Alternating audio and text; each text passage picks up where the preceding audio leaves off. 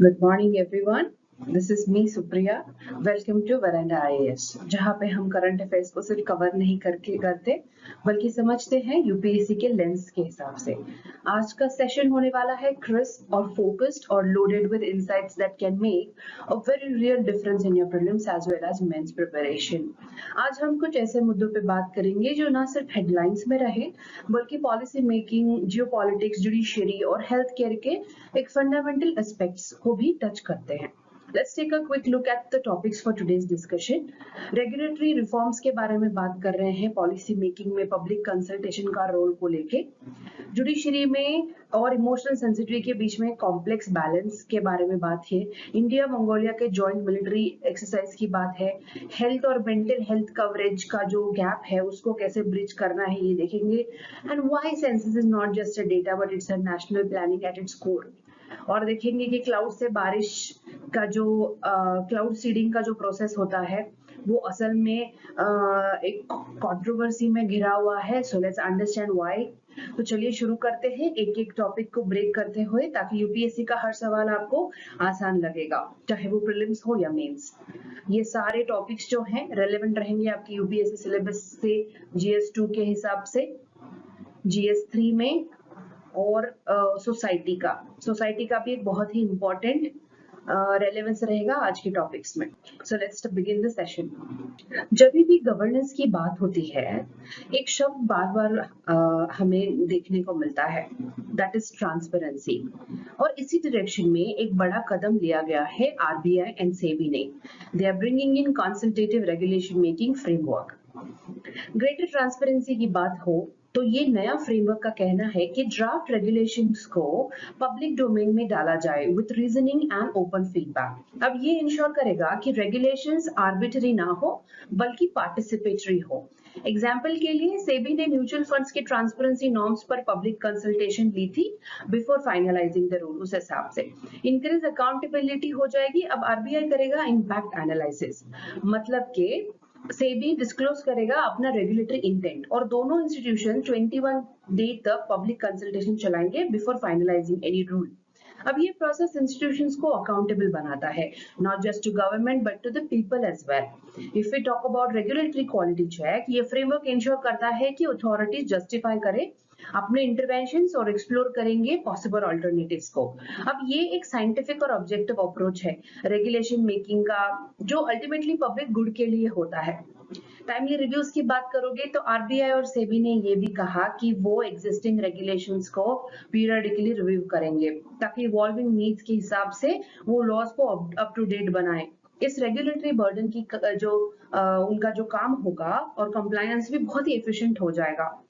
UPSC के हिसाब से गवर्नेंस में ये टॉपिक आएगा, एंड इंडियन इकोनॉमी के जो रेगुलेटरी बॉडीज है जो आरबीआई और सेबी है, उनके बारे में भी आप एक मोटा मोटा थोड़ा फैक्चुअल डेटा याद रखिएगा। हमेशा याद रखिए कि ये जो ऐसे कदम होते हैं, ऐसे पार्टिसिपेटरी और अकाउंटेबल गवर्नेंस की तरफ, it becomes very important if you mention this example in good governance as an example in your answers, it will enhance your answer. अगर आपको यहाँ पे एक historical context of regulatory bodies को अगर समझना है, तो जब भी हम रेगुलेशन की बात करते हैं तो सिर्फ रूल्स नहीं बल्कि उन इंस्टीट्यूशंस के इवोल्यूशन को भी समझना जरूरी होता है जो इन रूल्स को एनफोर्स करते हैं। Let's take a quick historical dive into how India's two most critical financial regulators, जो RBI और SEBI है, वो कैसे उन्होंने एग्जिस्टेंस में लेके आए। एस्टेब्लिशमेंट ऑफ आरबीआई हुआ था 1934 में through an act of RBI. इसके थ्रू एस्टेब्लिश किया। इसका मेन रोल था मॉनेटरी पॉलिसी बनाना और बैंकिंग सेक्टर को रेगुलेट करना। ये इंडिपेंडेंट और ऑटोनॉमस इंस्टीट्यूशन होने के साथ साथ इंडिया का इकोनॉमिक फ्रेमवर्क का एक एंकर भी है। सेबी का क्रिएशन हुआ था 1992 में। लिबरलाइजेशन के बाद स्टॉक मार्केट मैनिपुलेशन और इन्वेस्टर प्रोटेक्शन के इश्यूज बहुत बढ़ गए थे, तो उस हिसाब से उसको टैकल करने के लिए ये एक्ट बनाया था। Securities and exchange board of India एक स्टैट्यूटरी पावर दी गई थी। एसबीआई का काम है सिक्योरिटी मार्केट्स को रेगुलेट करना और इन्वेस्टर्स के इंटरेस्ट को प्रोटेक्ट करना। If we talk about global influences, best practices from abroad के देखा जाएगा तो इंडिया का रेगुलेटरी इवोल्यूशन सिर्फ देश के अंदर ही नहीं बल्कि ग्लोबल इन्फ्लुएंसेस से भी इंस्पायर्ड है, जैसे कि यूरोपियन यूनियन के बेटर रेगुलेशन फ्रेमवर्क और यूएस का एडमिनिस्ट्रेटिव प्रोसीजर एक्ट, उससे हमने कंसल्टेटिव पॉलिसी मेकिंग का मॉडल इंस्पायर होके बनाया है। ये मॉडल ट्रांसपेरेंसी और अकाउंटेबिलिटी दोनों को प्रमोट करेगा। अब रिसेंट रिफॉर्म्स देखोगे 2025 में, तो आरबीआई ने मई और सेबी ने फरवरी में ये फ्रेमवर्क को अडॉप्ट किया था। Impact assessment, public consultation mechanism, सारी जो बातें हैं, ये पार्टिसिपेटिव और रिस्पॉन्सिव रेगुलेटरी मेकिंग फ्रेमवर्क बनाने के लिए उनका अप्रोच रहा था। इंडियन इकोनॉमी के हिसाब से या ग्रोथ एंड रेगुलेशन की बात करेंगे तो ये थीम को, ये सब्जेक्ट बहुत सूट करेगा। You can expect a mains answer some की critically examine how India's financial regulatory evolution has shifted from authority based to consultative framework। ये evolution कैसे हुआ? अब एक रूल बुक की तरह नहीं, बल्कि एक डेमोक्रेटिक प्रोसेस का एक बहुत ही अच्छा पिक्चर होगा ये ऐसे framework. So you can cite this example in a positive note. New India के लिए न्यू रेगुलेशंस मेकिंग फ्रेमवर्क की जरूरत है, क्योंकि ट्रांसपेरेंट, पार्टिसिपेटिव और फ्यूचर रेडी फ्रेमवर्क बनाना बहुत ही सक्सेसफुल साबित होगा। अब इसको समझते हैं कि रेगुलेटरी गवर्नेंस का फ्यूचर किस डायरेक्शन में जा रहा है। Let's have a look on that. Parliamentary oversight की बात करें तो it's a stronger legal backbone. Dedicated regulation making law की बात हो रही है, तो जो सिर्फ रूल्स बनाने तक सीमित नहीं रहेगा, बल्कि उनके जो रिव्यू है उनको भी प्रॉपर मैकेनिज्म दे देगा। यूएस का जो एडमिनिस्ट्रेटिव प्रोसीजर एक्ट है, इसका इंस्पिरेशन बन सकता है, जहां पे कंसल्टेशन, जस्टिफिकेशन और जो रिव्यूज होते हैं सब कुछ लीगली एम्बेडेड होते हैं। इससे अकाउंटेबिलिटी इंस्टीट्यूशनलाइज हो जाएगी। बेटर गवर्नेंस इकोसिस्टम की बात करेंगे तो कंसल्टेटिव फ्रेमवर्क जो होते हैं ईज ऑफ डूइंग बिजनेस को इम्प्रूव करता है। जब इन्वेस्टर्स को लगेगा कि पॉलिसीज क्लियर और प्रेडिक्टेबल है, तो उनको कॉन्फिडेंस बहुत बढ़ जाएगा। ये डायरेक्टली इंडिया के इकोनॉमिक कॉम्पिटिटिवनेस से लिंक्ड है। If you talk about addressing implementation challenges, तो चैलेंजेस तो होंगे, लॉ सिर्फ पेपर पे नहीं होना चाहिए ना, ग्राउंड लेवल पे भी इम्प्लीमेंटेशन कैसा हो रहा है, वी नीड टू अंडरस्टैंड। इसमें जरूरत है रेगुलेटरी कैपेसिटी बनाने की, एनफोर्समेंट जो सिस्टम रहेगा उसको एक स्ट्रीमलाइन करने की। अगर India consultative, review based and transparent regulation making को इंस्टीट्यूशनल फॉर्म दे देगा, तो हम नॉट ओनली इन्वेस्टर कॉन्फिडेंस को बूस्ट करेंगे, बल्कि गवर्नेंस सिस्टम में पब्लिक ट्रस्ट भी स्ट्रेंथन हो जाएगा। So when we talk about the challenges of implementing it, अगर हम अभी से तो फ्रेमवर्क जो डिजाइन फेज में है या अभी तक के फीडबैक फेज में है, उसको इस हिसाब से देखेंगे कि ये चैलेंजेस हो सकते हैं। If we try to identify that, maybe it will be easy for us to implement that in the future. क्योंकि रेगुलेशन मेकिंग अब सिर्फ एक पॉलिसी का पार्ट नहीं है, इसको एक डेमोक्रेसी का एक बहुत ही इसेंशियल पिलर बन चुका है। डेमोक्रेसी में जुडिशरी का जो रोल होता है फंडामेंटल राइट्स को प्रोटेक्ट करना, ना कि उन्हें वीक करना। अगला टॉपिक हमारा उसी से रिलेटेड है। लेटली एक डिस्टर्बिंग ट्रेंड देखने को मिल रहा है, where offense taken is given more weight than constitutional protections. Freedom of speech under threat की बात करेंगे तो courts are now often treating hurt sentiments as a valid legal basis, even when there is no incitement or actual harm. अब ये dangerous precedent set करता है, जहां emotion outweigh करेगा freedom को। एग्जाम्पल के लिए, एक रीसेंट रूलिंग में स्पीच को किसी पर्सनली ऑफेंसिव लगेगा तो उस पर एफआईआर लॉन्च हुई, डिस्पाइट नो प्रोवोकेशन और कॉल टू वायलेंस हुआ था। ये आर्टिकल 19 का बहुत ही एक सीरियस इशू है। जुडिशियल आउटरीच की जो बात है, इलाहाबाद हाईकोर्ट ने एक केस में कहा कि इमोशनल डिस्टर्बेंस भी एक रीजन हो सकता है स्पीच को पनिशमेंट करने के लिए। This marks a clear deviation from past judgments like Shreya Singhal versus Union of India, जो 2015 का केस था। उन्होंने उसमें the only incitement to violence can justify restriction of speech, not mere hurt sentiments.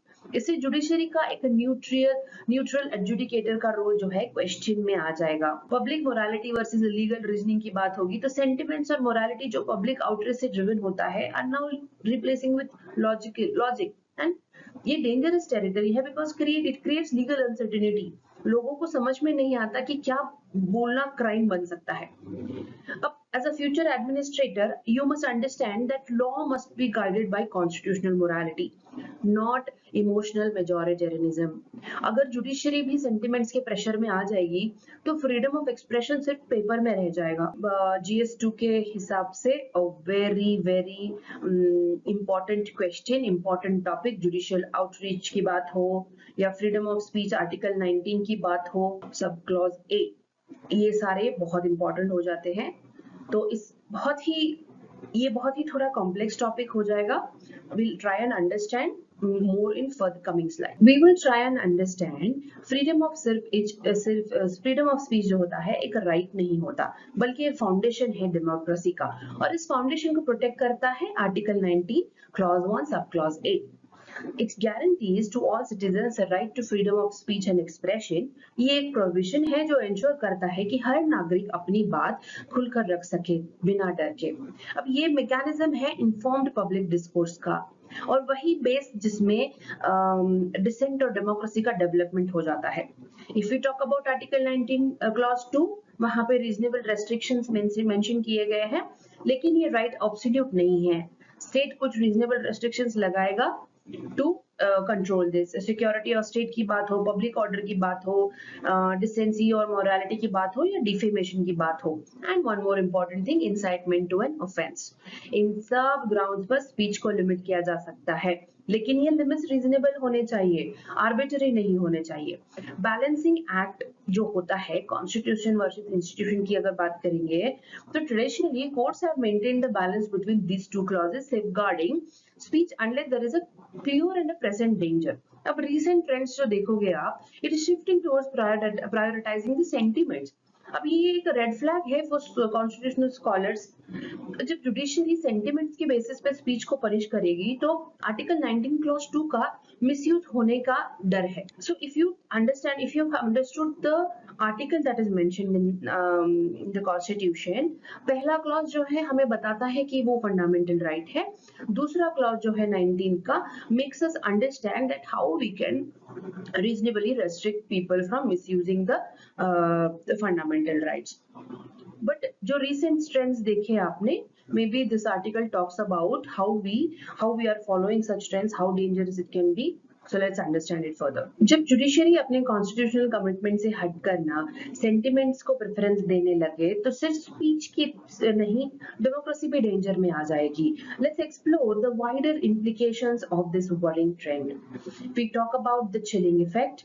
सबसे पहला नुकसान होता है सेल्फ सेंसरशिप का। लोग ये सोचकर खुद ही चुप हो जाएंगे कि ये कहीं उनकी बात किसी को हर्ट ना कर दे और वो पनिशमेंट का शिकार हो जाएंगे। Even legal speech becomes a risk ना। ये एक साइलेंट सप्रेशन है, बिना किसी लॉ के बोलने का हक छीन जाता है। If we talk about majoritarian pressure, judiciary का काम है कॉन्स्टिट्यूशनल मोरालिटी को अपहोल्ड करना, ना कि पॉपुलर सेंटिमेंट्स का प्रेशर में आके डिसीजंस लेना।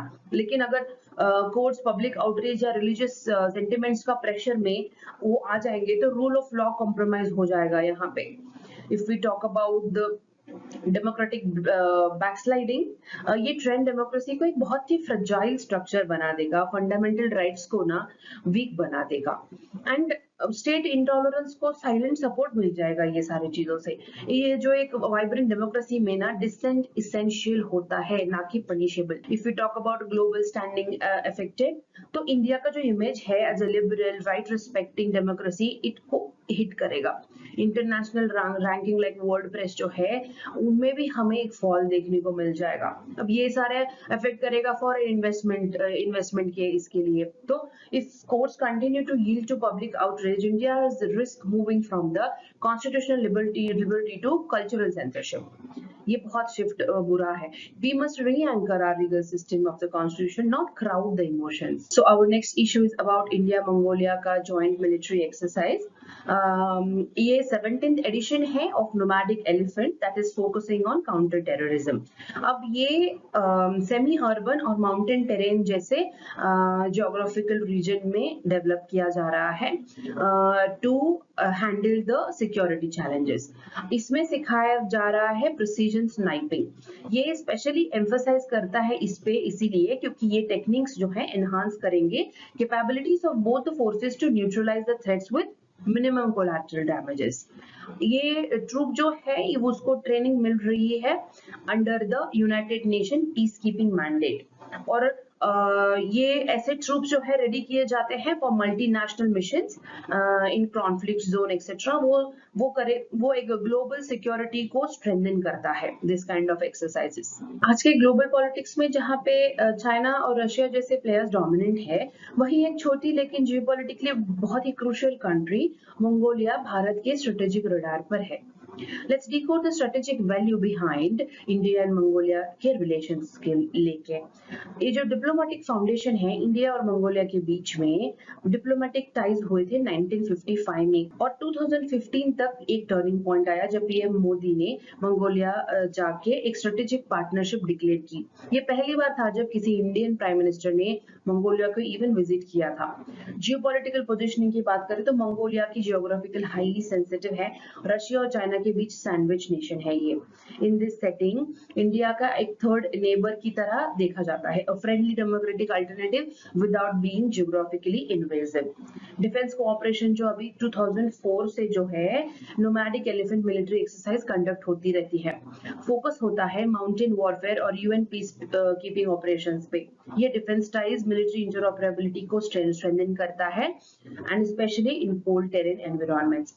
रीजनल बैलेंस की भी एक इंपॉर्टेंस यहाँ देखने को मिलेगी, क्योंकि ये पार्टनरशिप काउंटरवेट क्रिएट करेगा against China, specially in central and east Asia. India का जो एक्ट ईस्ट पॉलिसी रहेगा, मंगोलिया की थर्ड नेबर पॉलिसी, दोनों एक स्ट्रेटेजिक नैरेटिव को अलाइन करते हैं।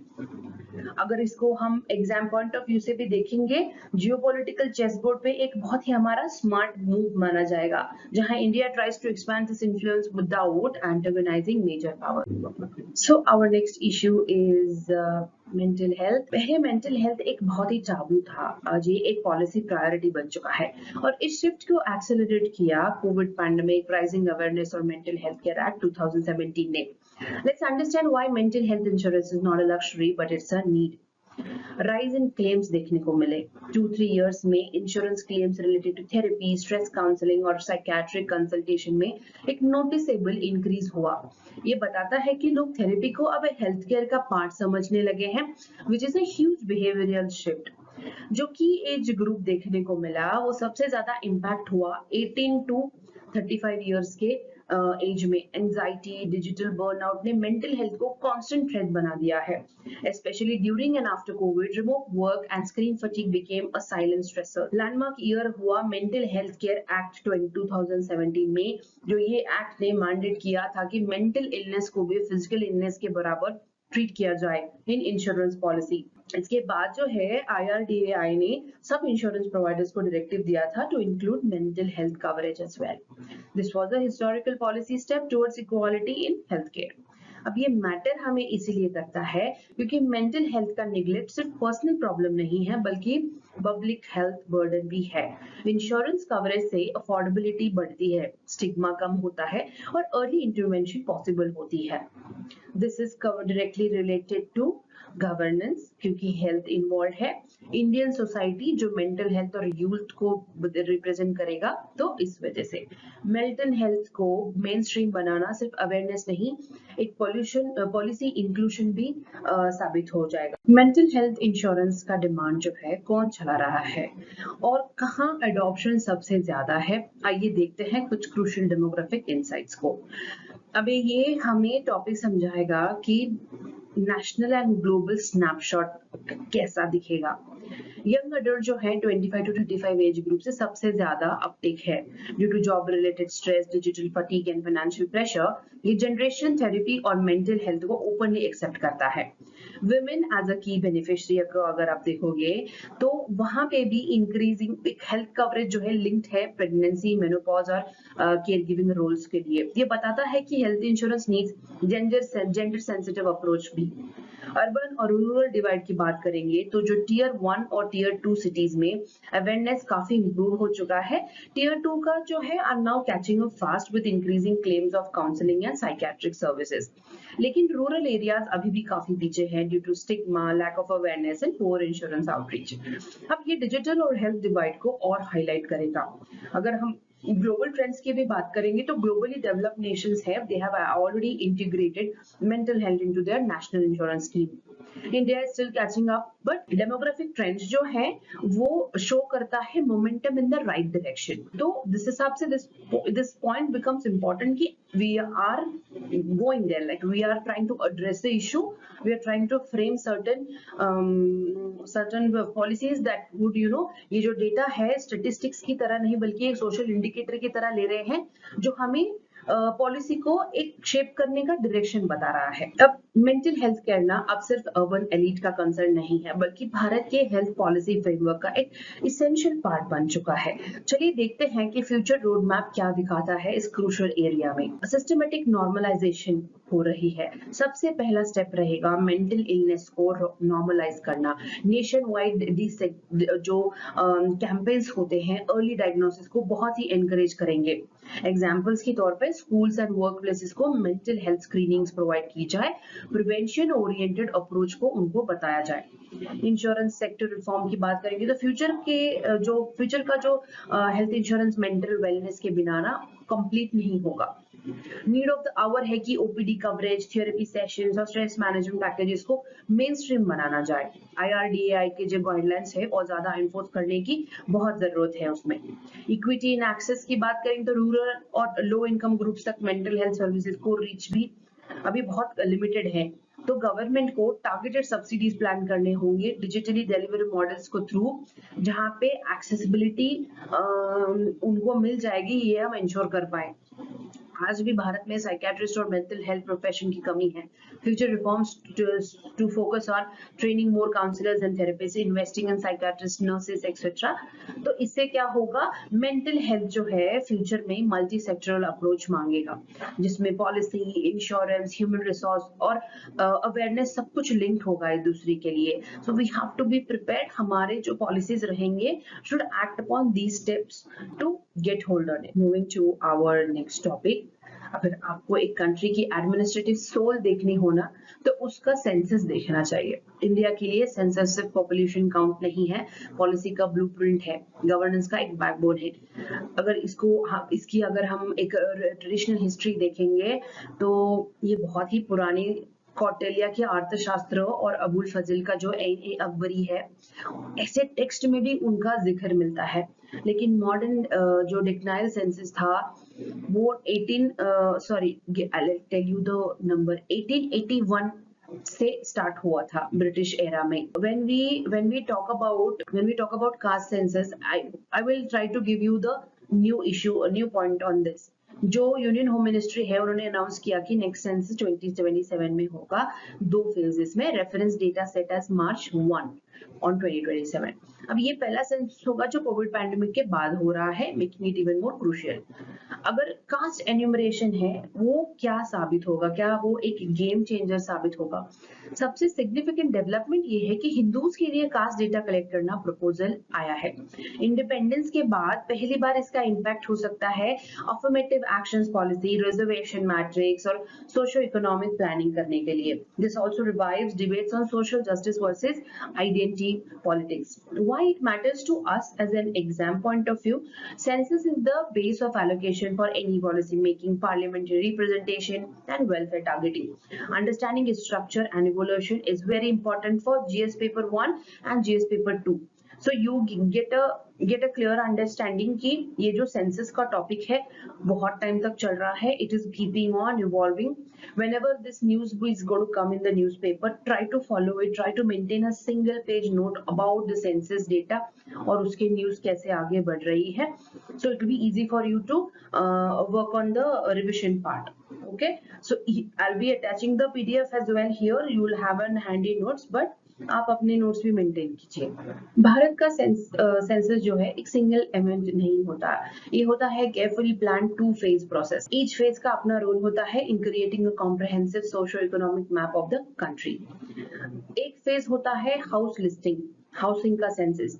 इस फेज में फोकस होता है house hold level information collect करने पर। ये डेटा हेल्प करता है टू अंडरस्टैंड कि लोग किस कंडीशन में रह रहे हैं, इंफ्रास्ट्रक्चर एक्सेस कैसा है एक्सेट्रा।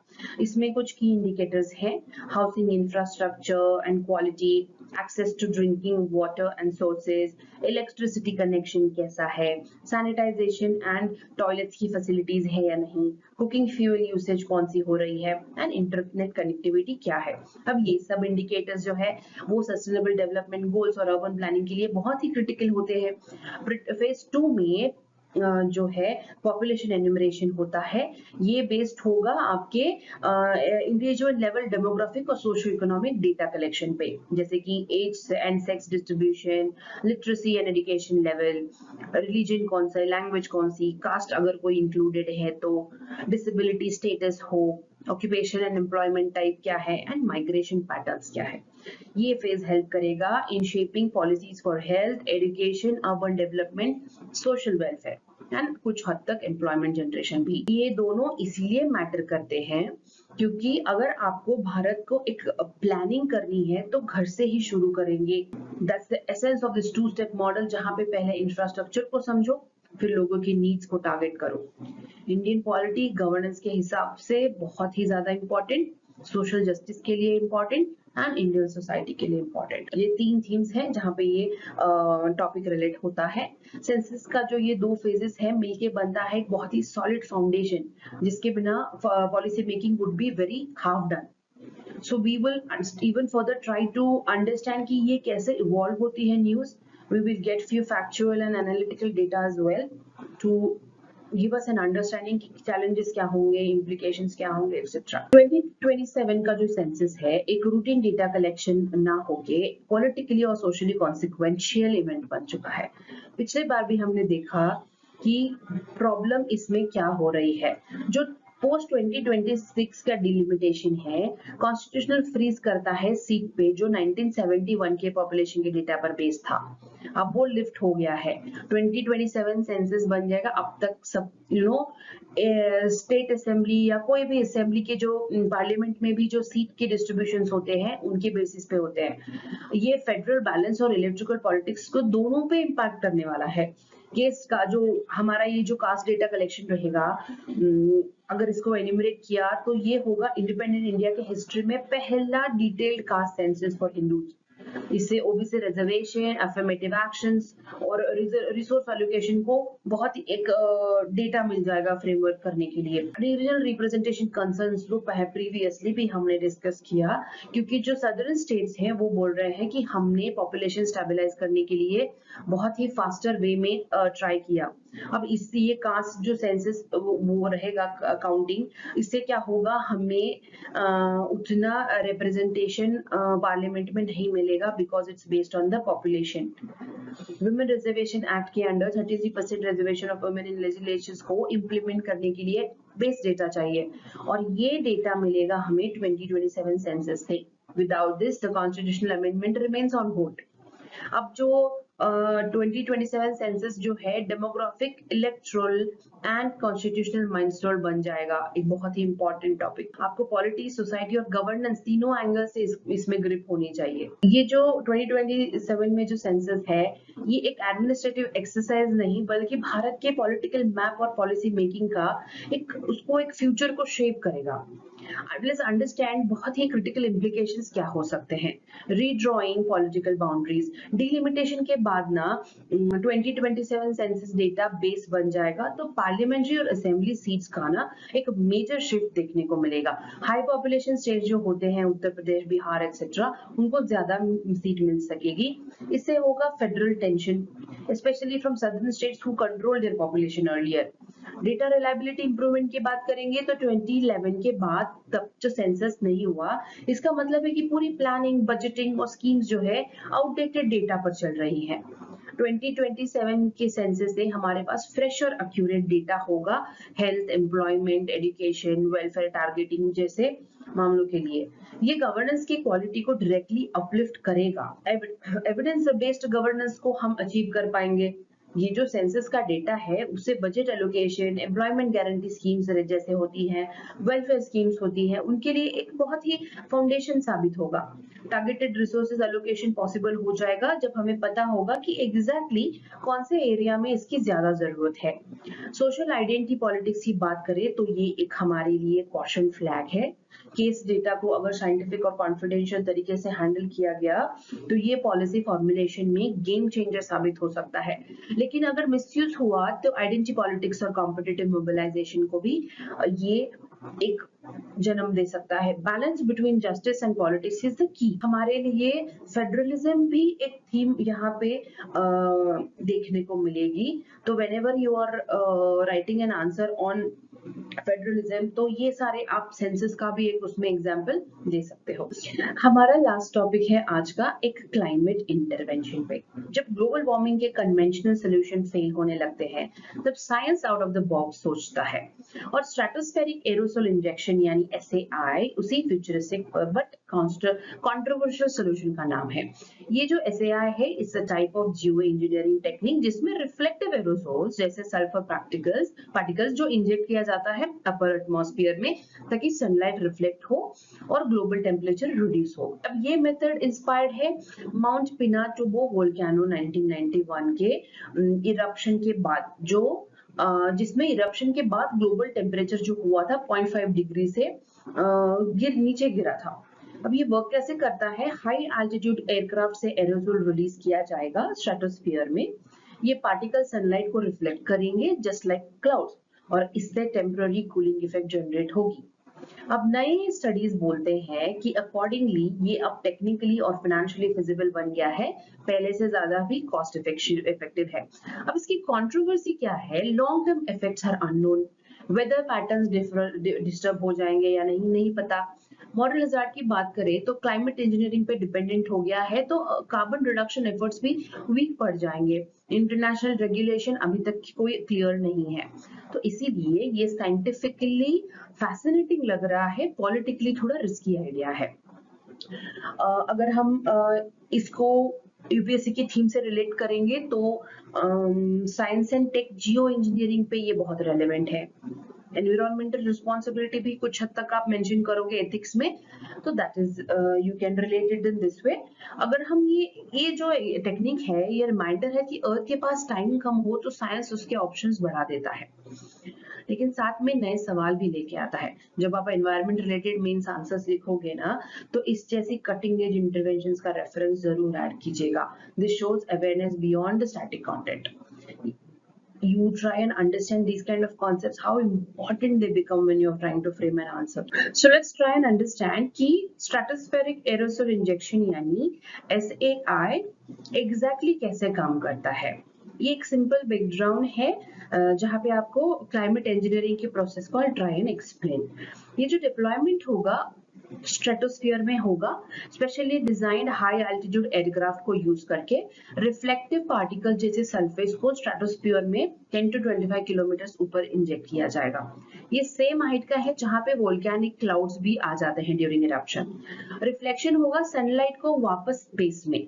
ये पार्टिकल जो है इनकमिंग सनलाइट को रिफ्लेक्ट करते हैं बैक इनटू स्पेस। अब इसका मतलब है कम सोलर रेडिएशन अर्थ के सरफेस तक पहुंचेगी, leading to reduced heat absorption. अब कूलिंग इफेक्ट के बारे में बात करेंगे तो ग्लोबल टेम्परेचर भी ड्रॉप हो सकता है। एस्टिमेट के मुताबिक माउंट पिनाटुबो जो ऐसे इफेक्ट से टेम्परेचर अप्रॉक्स 0.6 डिग्री तक कम हो गया था। तो मेंटेनेंस की बात करेंगे तो रेगुलर इंजेक्शन नीडेड है। पार्टिकल्स एटमॉस्फेयर में परमानेंट नहीं रहेंगे, वो ग्रेजुअली सेटल हो जाएंगे, इसीलिए इफेक्ट को मेंटेन करने के लिए रेगुलर इंजेक्शन जरूरी होगा। ये जियो इंजीनियरिंग का एक बहुत ही बिगेस्ट चैलेंजेस है। कंसिस्टेंसी एंड कॉस्ट को लेकर भी एक बड़ा चैलेंज है। अभी जो एनवायरनमेंट का हम ऐसे स्टेप्स लेके कुछ उसको रिवाइव करने की कोशिश करते हैं, उसके साथ ही बहुत ही बड़ा चैलेंज भी आ जाता है when we are unclear about many rules and regulations etc. जब दुनिया क्लाइमेट इमरजेंसी के एज पे हो तो ऐसे इंजीनियरिंग आइडियाज उतने ही डेयरिंग होते हैं जितने डेंजरस भी होते हैं। इम्पोर्टेंट ये है कि हम समझें कि साइंस क्या कह रहा है और सोसाइटी उसको हैंडल कर पाएगी या नहीं। जहां पे एक तरफ स्ट्रेटोस्फेरिक एरोसोल इंजेक्शन का एक फ्यूचरिस्टिक सॉल्यूशन माना जा रहा है, वहीं दूसरी तरफ इसे लेकर काफी सारे साइंटिफिक और एथिकल कंसर्न्स भी रेज हो रहे हैं। जैसे कि अगर हम इसको क्रिटिकली इवैल्यूएट करने की कोशिश करते हैं, गवर्नेंस गैप की बात करें तो no global rules are formed yet. कोई इंटरनेशनल ट्रीटी या रेगुलेशन नहीं है जो ये SAI को इंटरवेंशन को या फिर गवर्न करे उसको। अगर कोई रोग स्टेट या प्राइवेट कंपनी खुद से ग्लोबल क्लाइमेट मैनिपुलेट करेगी तो कोई अकाउंटेबिलिटी मैकेनिज्म नहीं होगा उसको डील करने के लिए। This lack of oversight makes it even more dangerous on global scale. If we talk about the moral hazard, escape from the real action. अब ये जो SAI जैसे टेक्नोलॉजीज हैं उनका मिसयूज भी हो सकता है। कंट्रीज जो है एक्चुअल एमिशंस कट करने के बजाय शॉर्टकट्स ही ले गए ऐसे, तो ये रूट कॉज हो जाएगा टेक्नोलॉजिकल डिस्ट्रैक्शन के एक क्रिएट करेगा इसको ये सारे टेक्नोलॉजी। क्लाइमेट इनइक्विटी की बात करेंगे तो ग्लोबल साउथ जो है बहुत जो टेम्परेट रीजन्स है उसको मदद होगी। इंडिया जैसे ट्रॉपिकल कंट्रीज में मॉनसून को डिस्टर्ब कर सकता है। This can threaten food security, rainfall cycles and increase vulnerabilities in area that contributed least to the problem. Rich nations की टेक्नोलॉजी पर नुकसान होगा गरीब देशों का। We talk about unintended consequences होंगे, हमें पता नहीं है। ओजोन डिप्लीशन रिस्क हो सकता है, ऑल्टर्ड रेनफॉल हो जाएगा, विंड पैटर्न्स डिस्टर्ब हो जाएंगे, जो एनवायरमेंटल हैजार्ड्स हैं, इकोनॉमिक डिस्ट्रप्शन, सारे जो नए प्रॉब्लम्स राइज हो जाएंगे। तो ये क्या होता है, रिवर्सेबल भी नहीं है ये सारे इफेक्ट्स। अगर हम SAI को डिप्लॉय करते हैं और इनमें से कोई प्रॉब्लम आ जाएगी तो we are not even ready to tackle it, we are not even prepared for something like this. So science solution बहुत पावरफुल होते हैं, लेकिन अगर बिना अकाउंटेबिलिटी के या ये बहुत ही पैंडोरास बॉक्स जैसे बन जाएगा। हमें as aspirant future policy makers, it's critical to balance innovation with caution. Science और एथिक्स का बैलेंस होना जरूरी है। तो अपने देखा कि एक पॉलिसी इशू, एक साइंटिफिक आइडिया और एक एथिकल डायलेमा एक ही टॉपिक के थ्रू हम UPSC का जो सिलेबस है मल्टीपल एंगल टच करता है ये टॉपिक। जब किसी साइंटिफिक आइडिया में पोटेंशियल भी हो और रिस्क भी, तो उसका फ्यूचर सिर्फ टेक्नोलॉजी से नहीं, पॉलिसी और एथिक्स से तय होगा। Let's look at what's needed before climate engineering like SAI becomes an global reality. Expanded scientific research की बात करेंगे तो SAI जो है एक real world deployment है जब तक rigorous scientific studies complete ना हो जाए। Efficacy, long term side effects, deployment strategy जो है हमें उसको रिविजिट करना होगा। जब तक हम नेचर की स्केल पर इंटरफेयर करेंगे तो सर्टेनिटी और कॉशन दोनों इंपॉर्टेंट है। We talk about international governance framework, फिलहाल SAI के लिए कोई ग्लोबल ट्रीटी अकाउंटेबिलिटी नहीं है, तो UNEP जैसे या IPCC के थ्रू हम मल्टीलैटरल अग्रीमेंट्स बना सकते हैं जिसमें एक प्रॉपर गाइडलाइन की बात हो, रिस्क असेसमेंट कैसे होगा वो बात करें, ग्लोबल अकाउंटेबिलिटी सिस्टम बनाए। तो इससे climate is a global, governance भी ग्लोबल होनी चाहिए, है ना। तो इक्विटी कंसिडरेशन की बात करें तो जिस रीजन को नेगेटिव इम्पैक्ट हो उनके लिए कंपनसेशन मैकेनिज्म जरूर होना चाहिए। फॉर एग्जांपल अगर मॉनसून डिस्ट्रप्शन इंडिया में हो जाएगी वेस्टर्न लेड SAI से, तो उसका बर्डन क्यों हो ग्लोबल साउथ पर, ये इश्यू क्लाइमेट जस्टिस का भी बन जाता है यहाँ पे। एमिशंस की बात करेंगे तो प्राइमरी सोल्यूशन नहीं होगा ये SAI। Green house gas emission को रिड्यूस करना ही हमारा पहला और फॉरमोस्ट टारगेट होना चाहिए। Geo engineering can only be a backup, it cannot be a substitute. So we also in our answer writing we have to give a very balanced solution. आप देखोगे हम इनोवेशन जो है तभी मीनिंगफुल होती है जब उसके साथ रेगुलेशन, रिसर्च और रिस्पॉन्सिबिलिटी भी साथ में हो। जियो इंजीनियरिंग की दुनिया बहुत ही एक्साइटिंग सा हो सकती है, बट हमारे लिए as a civil servant aspirants के लिए सबसे इम्पोर्टेंट है मल्टी डायमेंशनल पर्सपेक्टिव देखना हर इशू को। So be that. This is how we conclude today's current affairs session. आपने governance, society, science and ethics को एक बहुत ही इंटरसेक्टिव वे से देखा। You till then keep revising, keep studying well and try to maintain a proper note for each topic separately. तो इससे क्या होगा, रिकॉल करने में आसानी होगी। We in Veranda IAS try and explain कि कैसे हम एग्जाम के पॉइंट ऑफ व्यू से अप्रोच कर सकते हैं टू करंट अफेयर्स। अगर आपको ये सेशन वैल्यूएबल लगा तो please visit tomorrow, we will come up with the new news tomorrow again. So thank you for watching this session, see you tomorrow, thank you. Veranda IAS, where your dream becomes reality.